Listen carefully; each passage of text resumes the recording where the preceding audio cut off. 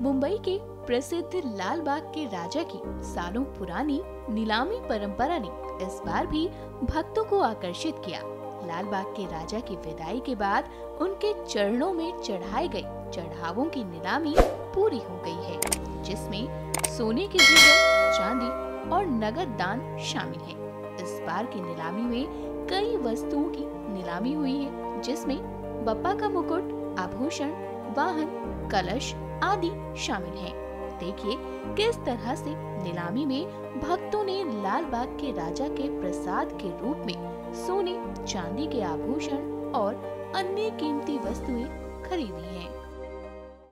लाल बाग का राजा सार्वजनिक गणेशोत्सव मंडल का इस साल ये 92nd ईयर है और बड़े धूमधाम से भाविकों के श्रद्धाओं के साथ ये लाल बाग का राजा का उत्सव संपन्न हुआ।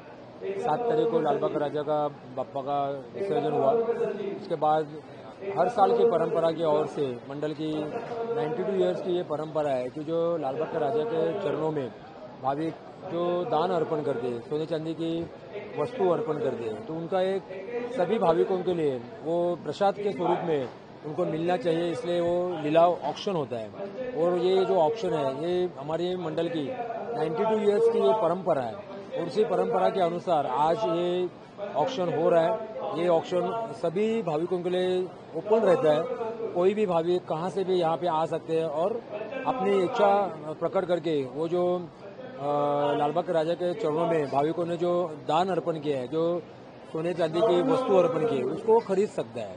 और हमारा भी ये सारे भाविकों के लिए खुला एक ओपन ऐसा रहता है कि सभी भाविकों के लिए ये प्रसाद स्वरूप में मिलना चाहिए।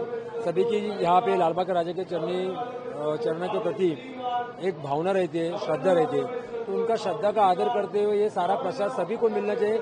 इसके अनुसार हम लोग ये सब 92 ईयर से हम लोग ये ऑक्शन कर रहे हैं। ये नीलामी में किन किन आभूषणों की नीलामी हो रही है, कौन कौन से आभूषणों की नीलामी हो रही है, उसके बारे में थोड़ा बता दें। अभी आप देख रहे होंगे यहाँ पे बहुत सारे आकर्षक ऐसे सोने की, चांदी की वस्तु नीलाम हो रही है।